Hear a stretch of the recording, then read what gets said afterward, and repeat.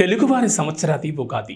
లేత మామిడి చిగుళ్ళు, వాటిని తిని ఆలపించే గంటు కోయిల సరాకాలు, మరుమల్లెల సుగంధాలు, వేపపూల సౌరభాలు, ఇలా ఆమని పచ్చగా పల్లవిస్తూ పరిమళాలతో పరవశిస్తూ మధుమాసంలో నవవధువులా నడిచివచ్చే ఉగాది లక్ష్మికి ఆహ్వానం పలుకుతోంది. అందరికీ శ్రీ క్రోధినామ సంవత్సర ఉగాది శుభాకాంక్షలు. ఉగాది అంటే యుగానికి ఆది అని అర్థం. అందుకే ఈ పండుగకు యుగం ప్లస్ ఆది, యుగాది లేదా ఉగాది అని పేరు వచ్చింది. తెలుగు పంచాంగం ప్రకారం వచ్చే చైత్రశుద్ధ పాడ్యమి నాడు కృతయుగం ప్రారంభమైంది. కాబట్టి ఆనాటి నుంచి చైత్రశుద్ధ పాడ్యమి రోజున మనం ఉగాదిగా జరుపుకుంటాం. కాలక్రమేణా అదే పండుగగా మారింది. ఇక ఒక్కో ఏడాది వచ్చే ఉగాదిని ఒక్కో పేరుతో పిలుస్తారు. సోమవారంతో శ్రీ శోభకృతనామ సంవత్సరం ముగుస్తుంది. మంగళవారం నుంచి శ్రీ క్రోధినామ సంవత్సరం ప్రారంభమవుతుంది. వసంత మాసంలో వస్తుంది ఈ పండుగ. వసంత మాసంలో వచ్చే ఈ పండుగకు ప్రకృతికి ఎంతో అవినాభావ సంబంధం ఉంటుంది. ఉగాది వేడుకలు తెలుగు రాష్ట్రాల్లో ఘనంగా జరుపుకుంటున్నారు. తెలుగువారి ప్రథమ పండుగ అయినటువంటి ఈ ఉగాది పురస్కారం ఉగాది రోజు అందరికీ కూడా శుభాకాంక్షలు తెలియజేస్తూ శ్రీ వరసిద్ధి వినాయక గౌరీ సమేత కేదారేశ్వర స్వామి దేవాలయం నిర్మాణం చేయడానికి మేము నిశ్చయించి ఈ యొక్క ప్రాంగణంలోనే కార్తీక మాసం నుంచి శివుడికి స్వయంగా అభిషేకం చేసుకునే విధంగా ఏర్పాటు చేయడం జరిగింది. ఈనాడు ఉగాది సందర్భంగా వేలాది మందిగా ఇక్కడికి తరలి వచ్చి స్వయంగా వారి చేతుల మీదుగా మరి అభిషేకాలు చేయడం జరుగుతోంది. ముందుగా ఈరోజు 8 గంటలకి గణపతి హోమం చేయడం జరిగింది. ఆ తదనంతరము రుద్రాభిషేకం జరుగుతూ ఉన్నది. ఈ కార్యక్రమానికి మరి ప్రజలందరూ కూడా పెద్ద ఎత్తున విచ్చేసి మరి భగవంతుని యొక్క కృపకు పాత్రలు అవ్వటం చాలా ఆనందదాయకం. ఈరోజు సాయంత్రం 6:30 మరి పంచాంగ శ్రవణ కార్యక్రమం కూడా ఉంటుంది. భక్తులందరూ కూడా వచ్చి మరి ఈ సంవత్సరంలో తమకి ఎంత మేలు చేస్తారో భగవంతుని ప్రార్థిస్తూ మరి వచ్చి ఆ కార్యక్రమాన్ని కూడా జయప్రదం చేయాల్సి కోరుతూ ఉన్నాం. ఓం నమః శివాయ.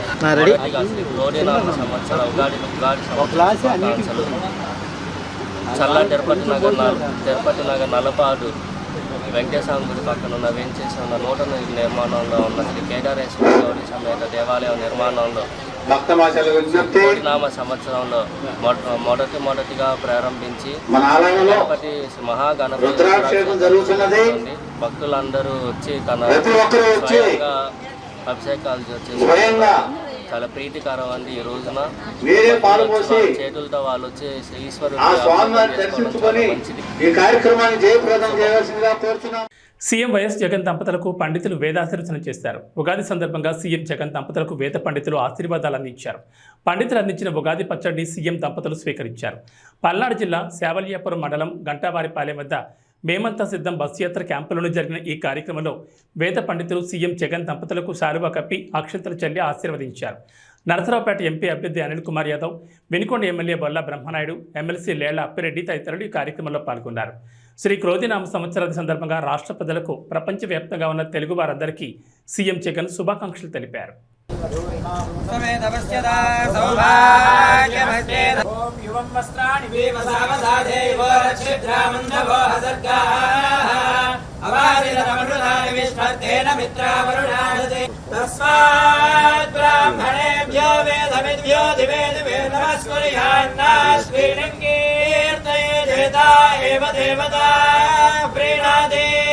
पर्याप्त्यानन्दरायाय सर्वस्तोमोति रात्रौ उत्तममहर्भवति सर्वस्याप्त्यै सर्वस्य जित्यै सर्वमेव तेनाप्ति श्रीनिवासः कुलदैवतन्नः श्री श्रीनिवासः परमागतिर्नः पत्राब्जे भाग्यलक्ष्मीः करतलकमले सर्वदा धारलक्ष्मीः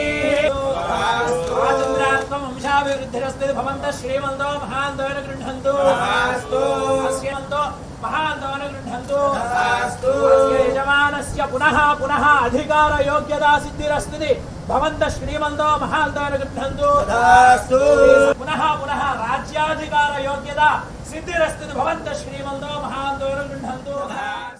మంగళగిరి తెలుగుదేశం పార్టీ కార్యాలయంలో నిర్వహించిన ఉగాది వేడుకల్లో టీడీపీ అధినేత చంద్రబాబు పాల్గొన్నారు. తొలుత ప్రత్యేక పూజలు నిర్వహించారు. ఆ తర్వాత జరిగిన పంచాంగ శ్రవణంలో ఆయన పాల్గొన్నారు. బ్రహ్మశ్రీ మాచిరాజు వేణుగోపాల్ పంచాంగ శ్రవణం నిర్వహించారు. అద్వితీయమైన అభివృద్ధిలో తెలుగుదేశం పార్టీ పయనిస్తుందన్నారు. కర్కాటక రాశికి చెందిన చంద్రబాబు నాయుడు ప్రతిష్ట రానున్న కాలంలో మరింత పెరుగుతుందన్నారు. జాతక రీత్యా ప్రజల సొంత గృహ కళ నెరవేర్చే శక్తి చంద్రబాబుకు ఉందన్నారు. అమరావతి నూతన రాజధానిగా చరిత్రలో చిరస్థాయిగా నిలుస్తుందని మాచిరాజు వేణుగోపాల్ తన పంచాంగ శ్రవణంలో చెప్పారు. తెలుగుదేశం పార్టీ కూటమి 128 అసెంబ్లీ 24 పార్లమెంటు స్థానాల్లో గెలుపొందుతుందన్నారు.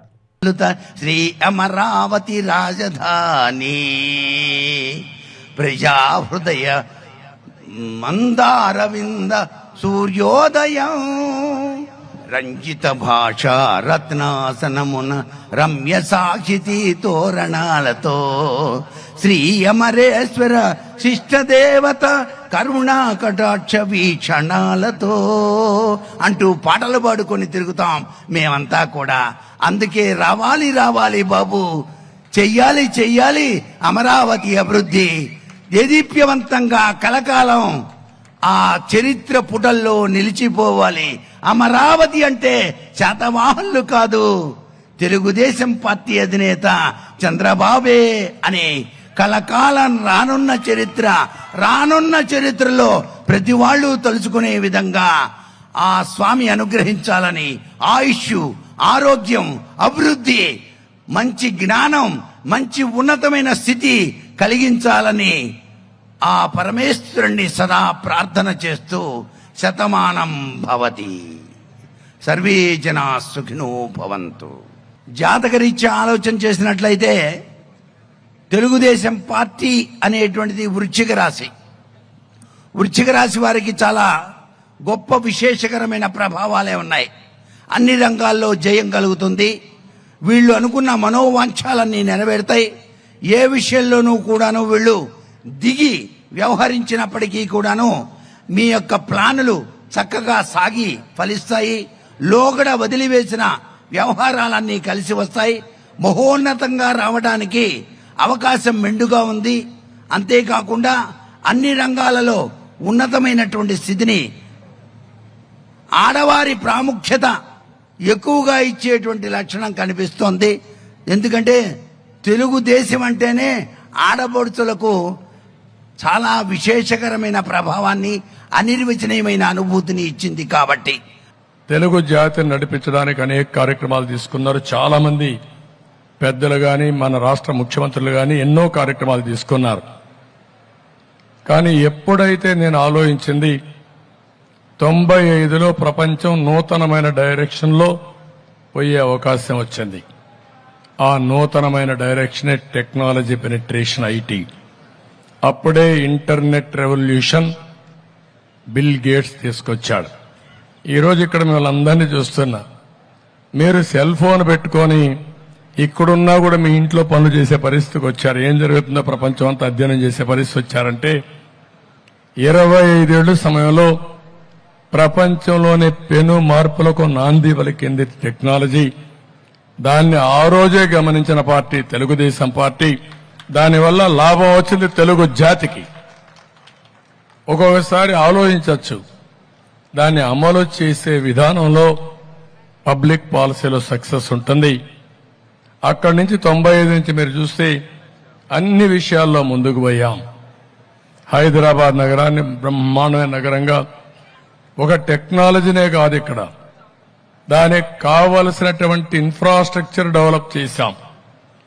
ఒక ఎయిర్పోర్ట్, ఒక ఔటర్ రింగ్ రోడ్, లేకపోతే నీళ్లు, కరెంటు, ఏది కావాలని అన్ని చేస్తే ఈరోజు ఒక మహానగరంగా రూపొందించి ఈరోజు తెలంగాణకు ఆదాయం పెంచి నెంబర్ 1 స్టేట్ గా తయారయ్యేదానికి రూపకల్పన చేసింది తెలుగుదేశం పార్టీ అని చెప్పి కూడా నేను మీకు తెలియజేస్తున్నా. అది ఒక విషయం అయితే, కానీ 2014 రాష్ట్ర విభజన జరిగింది. అందరం కలిసి పనిచేశాం.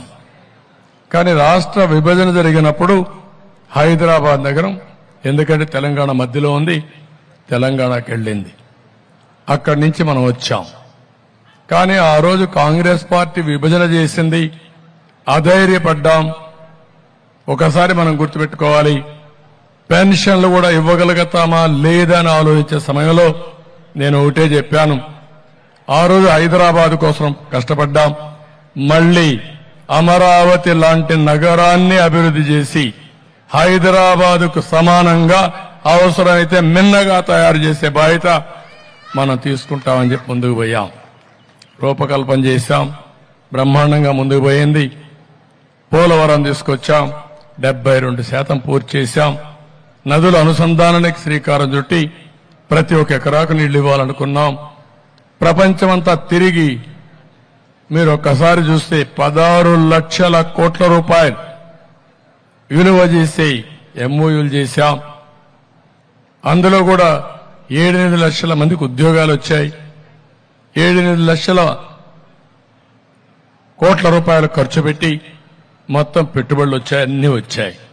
తెలుగు రాష్ట్రాల ప్రజలు సుభిక్షంగా ఉండాలని జనసేన అధినేత పవన్ కళ్యాణ్ ఆకాంక్షించారు. కాకినాడ జిల్లా గొల్లపల్లి మండలం చేబ్రోలులోని తన నివాసంలో జరిగిన ఉగాది వేడుకల్లో ఆయన పాల్గొన్నారు. పిఠాపురం అసెంబ్లీ నియోజకవర్గం నుంచి ఎమ్మెల్యే అభ్యర్థిగా పోటీ చేస్తున్న పవన్ కళ్యాణ్ గొల్లపల్లి బైపాస్లోని పార్టీ కార్యకర్తలకు చెందిన భవనంలో గృహప్రవేశ కార్యక్రమం నిర్వహించారు. అనంతరం ఇక్కడే పూజలు నిర్వహించి ఉగాది వేడుకలు, పంచాంగ శ్రవణ కార్యక్రమంలో పవన్ కళ్యాణ్ పాల్గొన్నారు. ఉగాది వేడుకల్లో పవన్ కళ్యాణ్ మాట్లాడుతూ రాష్ట్రంలో రైతులంతా క్షేమంగా ఉండాలని ఆకాంక్షించారు. ఉద్యోగస్తులకు నెలకు సక్రమంగా జీతాలు రావాలని, రైతులు, రైతు కూలీలకు ఉపాధి అవకాశాలు పెరగాలని, పండించిన పంటకు మంచి ధర రావాలని కోరుకుంటున్నట్లు తెలిపారు. ఆంధ్రప్రదేశ్లో కూటమి ప్రభుత్వాన్ని ఏర్పాటు చేస్తామని విశ్వాసం వ్యక్తం చేశారు. తప్పకుండా కూటమి విజయకేతను ఎగురవేస్తుందన్నారు. అమ్మవారి ఆశీస్సులతో పిఠాపురంలో పోటీ చేయడానికి వచ్చారని పవన్ కళ్యాణ్ తెలిపారు. ఉగాది పండుగ కోసం వచ్చిన శ్రీ వర్మ గారికి, బీజేపీ అధ్యక్షులు రాజు గారికి, కాకినాడ పార్లమెంట్ ఎంపీ అభ్యర్థి శ్రీ ఉదయ్ శ్రీనివాస్ గారికి, పిఠాపురంలో నేను పోటీ చేయాలి అని చెప్పి ఒక 2 సంవత్సరాల ముందు ఆయన ఆకాంక్షను వెలబుచ్చి ఓడూరి నాగేశ్వరరావు గారి దంపతులకి ప్రత్యేకించి హృదయపూర్వక ధన్యవాదాలు.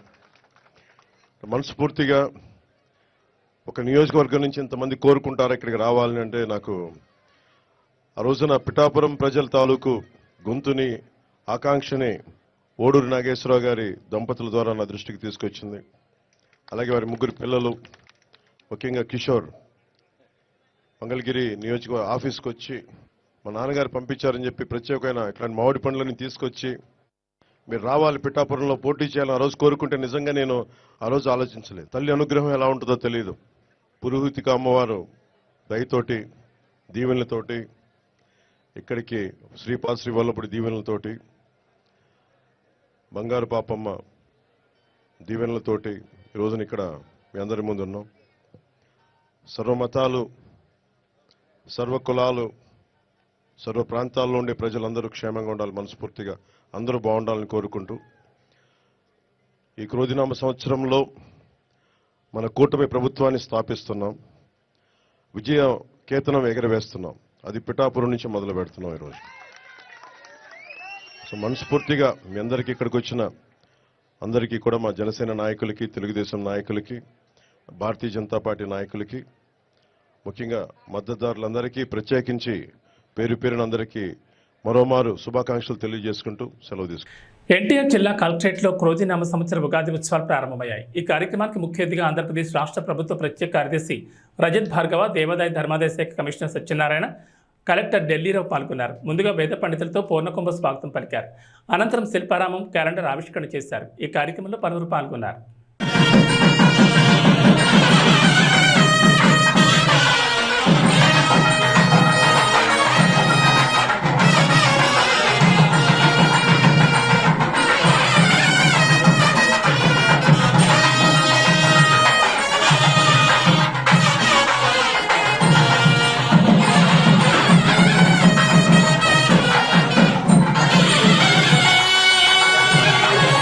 ఫ్యూచర్ మీ ప్రోగ్రెస్ అంటే మంచిగా ఆశిస్తూ నేను మళ్ళీ మీకంటే శుభాకాంక్షలు చెప్తున్నాను.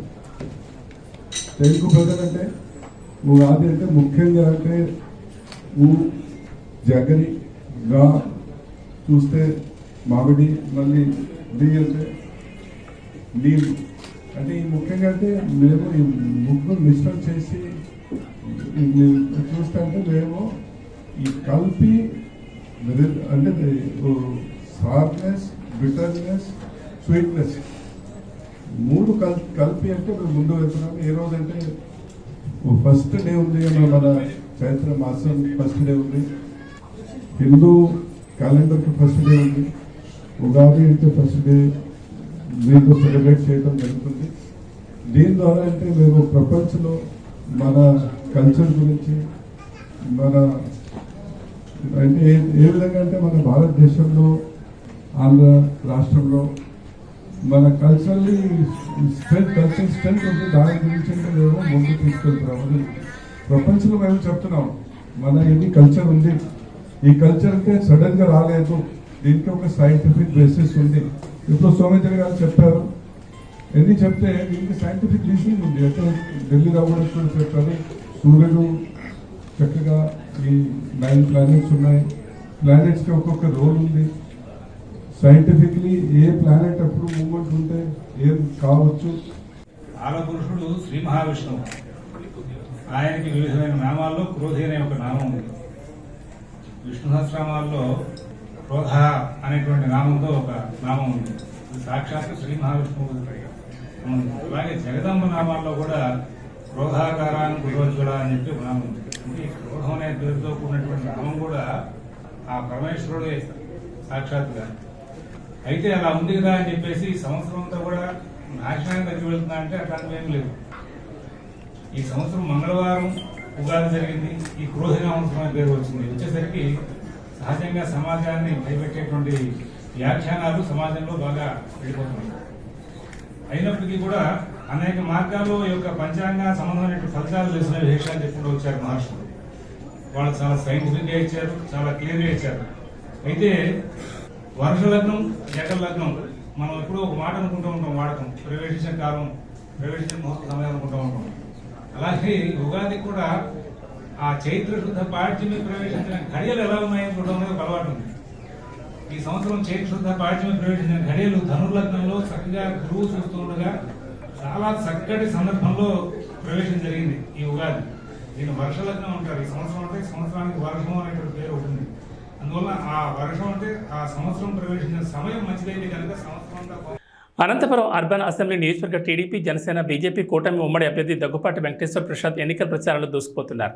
నగరంలోని 44, 45 డివిజన్లలో కూటమి పార్టీల నాయకులు, కార్యకర్తలతో కలిసి పర్యటిస్తూ బాబు షూరిటీ, భవిష్యత్తు గ్యారంటీ మరియు సూపర్ 6 పథకాల గురించి ఇంటింటికి వెళ్లి ప్రజలకు వివరిస్తున్నారు. ప్రచారంలో భాగంగా ఏ డివిజన్కి వెళ్ళినా, ఏ వీధికి వెళ్ళినా దగ్గుబాటి ప్రసాద్కి స్థానికులు ఘనస్వాగతం పలుకుతూ వచ్చే ఎన్నికల్లో అండగా నిలబడతామని మద్దతిస్తున్నారు. ప్రజల నుంచి వస్తున్న స్పందనకు అనుగుణంగా ప్రతి ఒక్కరిని కలుస్తూ వారికి భరోసానిస్తూ ముందుకు సాగుతున్నారు దగ్గుబాటి ప్రసాద్. అభివాదాలు తెలియజేస్తూ అనంతపూర్ను అక్కడ బాగానే నిలబడతా, అనంత అభివృద్ధి మన వెంకట ప్రసాద్ గారు మన ముందుకు వస్తున్నారు. మరి ఆయన ముఖలిత హస్తాలతో మిమ్మల్ని వేడుకుంటూ ఉన్నారు. ఆయనకి మీరంతా కూడా ఈ పవిత్రమైనటువంటి ఓటులు తెలుగుదేశం పార్టీ.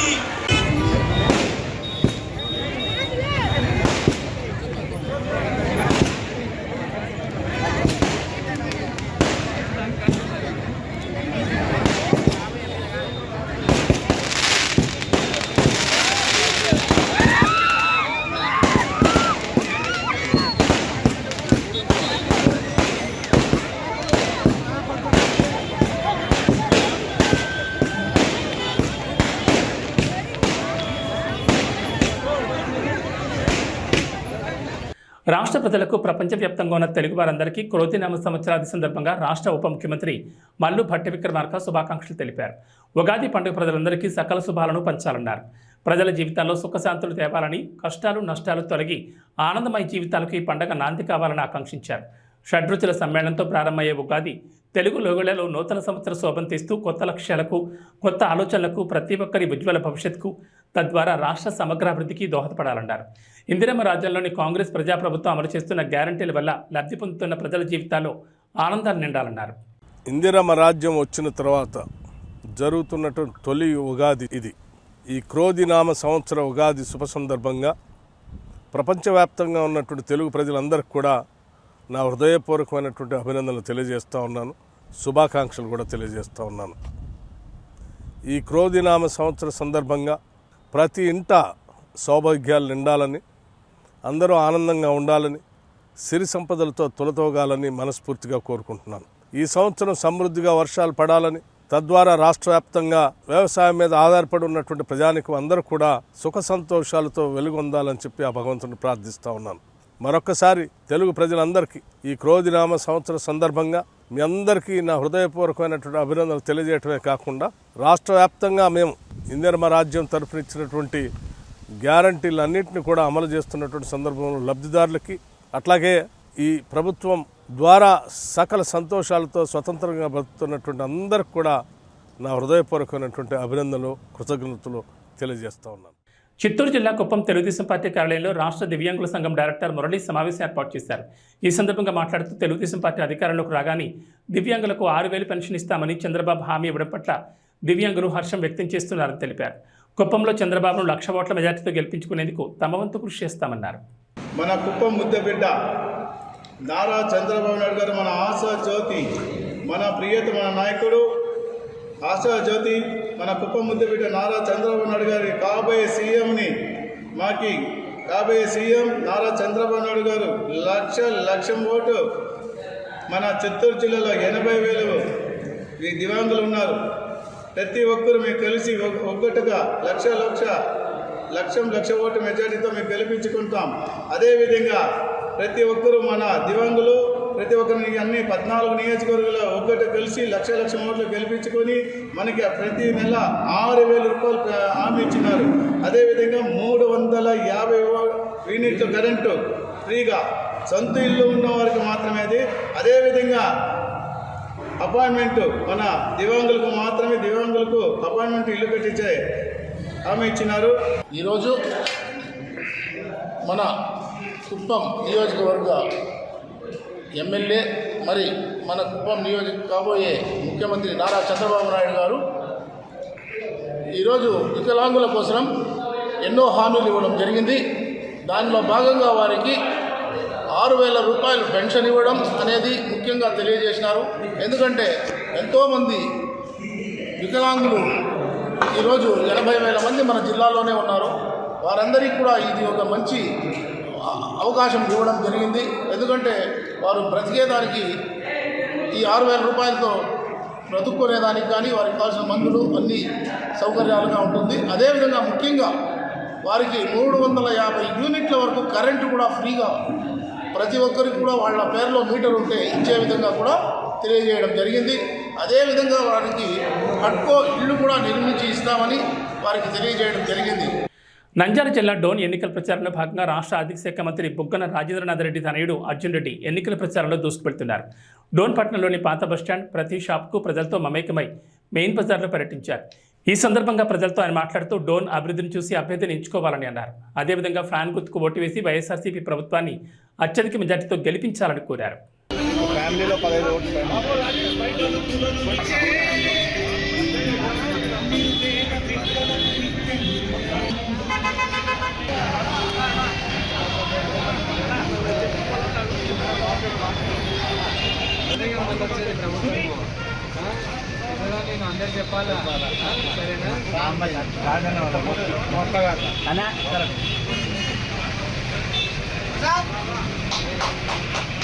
ప్రముఖ పుణ్యక్షేత్రమైన శ్రీకాళహస్తీశ్వర స్వామివారి దేవస్థానం నందు శ్రీ క్రోధినామ సంవత్సర నూతన తెలుగు సంవత్సరాది ఉగాది సందర్భంగా శ్రీకాళహస్తీశ్వర స్వామివారి ఆలయం నందు విచ్చేసిన భక్తులకు ధర్మకర్తల మండలి అధ్యక్షుడు అంజూరు తారక శ్రీనివాసరావు, ఆలయ కార్యనిర్వహణాధికారి ఎస్వి నాగేశ్వరరావు సంయుక్తంగా ఆలయానికి విచ్చేసిన భక్తులకు ఉగాది పచ్చడిని పంపిణీ చేశారు. ఈ సందర్భంగా మాట్లాడుతూ తెలుగు నూతన సంవత్సరం సందర్భంగా తెలుగు ప్రజలందరూ శ్రీ కోదిరినామ నూతన సంవత్సర తెలుగు సంవత్సరంలో సుఖ సంతోషాలతో ఉండాలని, తల్లి జ్ఞానప్రసూనాంబ సమేత వాయులింగేశ్వర స్వామి యొక్క చల్లని దీవెనలు ఎల్లప్పుడూ ఉండాలని మనస్ఫూర్తిగా కోరుకుంటున్నానని తెలిపారు. ఈ కార్యక్రమంలో భక్తులు పాల్గొన్నారు.